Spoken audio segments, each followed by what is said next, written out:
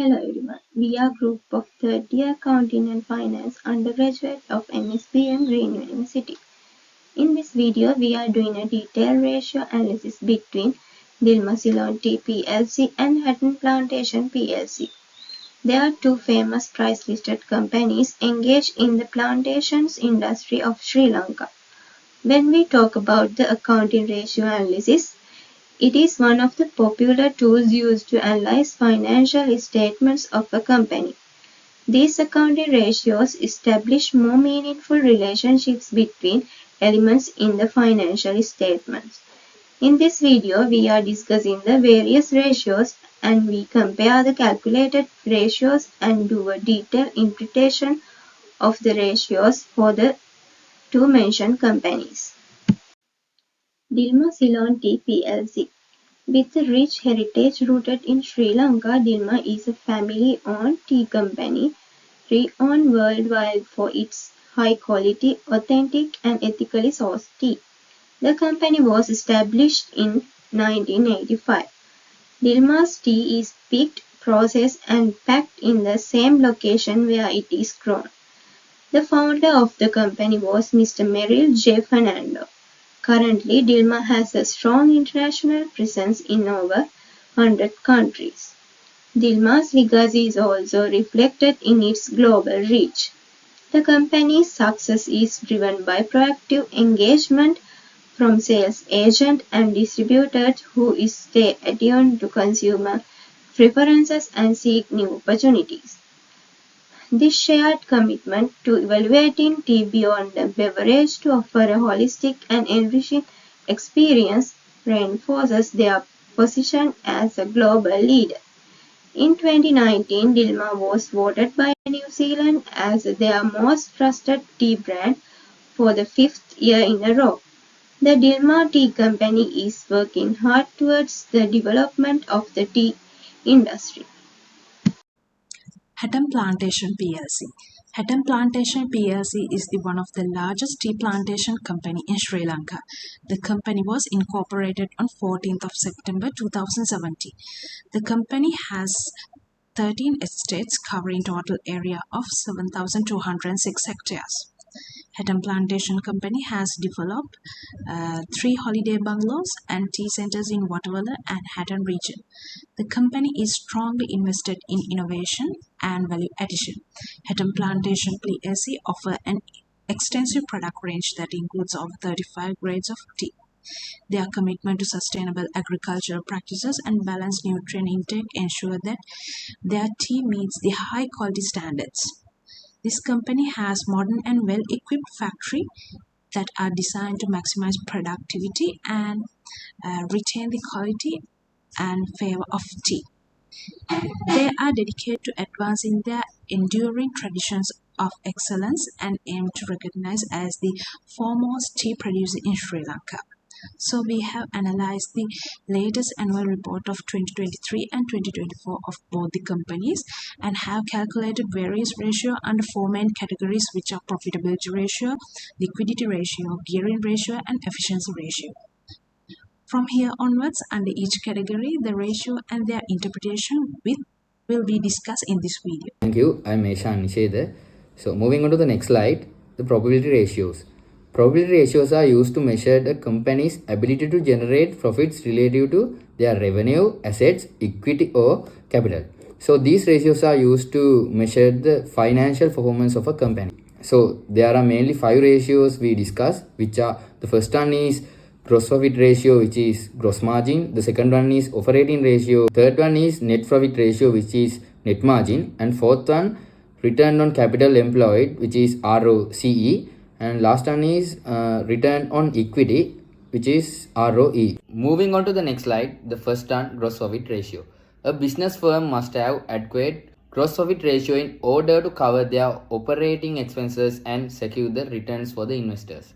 And looking at the gross profit ratio of both of the companies, the efficiency of the companies at managing their direct production cost have decreased from 2023 to 2024, indicating that the companies might have faced high production cost or struggle with pricing power. Comparatively, Dilmah's gross margin of 39.40% is favorable than Hatton's. Thank you. Operating profit ratio. Operating profit ratio measures the proportion of a company's revenue that remains after paying for variable cost of production, providing insight on how well the company has managed their core business operations. When we focus on the operating profit ratios of the two companies, the efficiency of the companies at managing its corporations have decreased, signifying that both the companies have faced inefficiencies or high operating costs. Comparatively, Hatton's operating margin of 15.71 is favorable than Dilmah's. Net profit ratio. This ratio shows the percentage of revenue which remains as profit after all expenses have been deducted, indicating the company's overall profitability and efficiency in managing costs. As for the net profit ratio for Dilmah and Hatton, the ability of the both companies to convert revenue into actual profit have decreased, indicating increased non-operating costs. Here again, comparatively, Hatton net margin of 13.23% is favorable than Dilmah.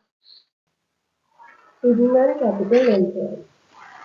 It measures how efficiently a company uses its capital to generate profit.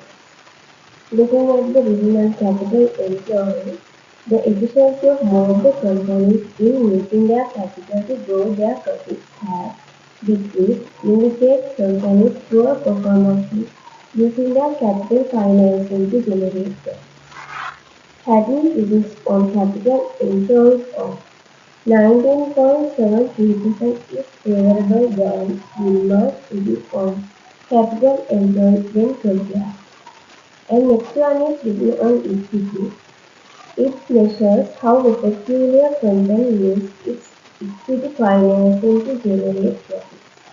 When we look at the return on equity, the efficiency of both the Dilmahs and Hatton is using their equity financing to grow their profits have decreased. Again indicate the company's poor performance in using their equity financing to generate profits. And we can again see that having reduced on equity of 20.43% is more favorable than Dilmah's return equity. Thank you, Sandhani. My part is started from liquidity ratios. Liquidity ratios are used to measure a company's ability to meet their short-term obligations and how a company meets their operating expenses. Here we calculate mainly two types of liquidity ratios, which are current ratios and quick ratio. Let's move to the current ratio. Current ratio. The current ratio measures the company's ability to pay off its short-term liabilities with its short-term assets. In both year of 2023 and 2024, the current ratios of Dilmah and Hatton are greater than 1, indicating that the companies are well positioned and it's able to cover their short-term obligations. The ability to cover the short-term obligations have improved in both companies compared to 2023 progress. Then quick ratios. The quick ratio, also known as the acid test ratio, measures a company's ability to meet their short-term obligations using the most liquid assets. Also, in both years of 2023 and 2024, the quick ratio of Dilmah and Hatton are greater than 1 as well, indicating that the companies are well positioned and it's able to cover their short-term obligations without relying on the sales inventory. The ability to cover the short-term obligations without the reliance on inventory have improved in both companies compared to 2023 progress. Thank you. Now let's look at gearing ratios. Gearing ratios, also known as leverage ratios, are calculated to analyze the financial risk of a company. They analyze the company's ability to meet its long-term debt obligations. They are used to measure the extent to which the company is funded by equity and debt capital. Here, we calculate mainly three types of gearing ratios, which are debt to equity ratio, debt to total assets ratio, and interest coverage ratio. Debt to equity ratio. A lower debt to equity ratio shows that the company relies more on equity when it comes to financing.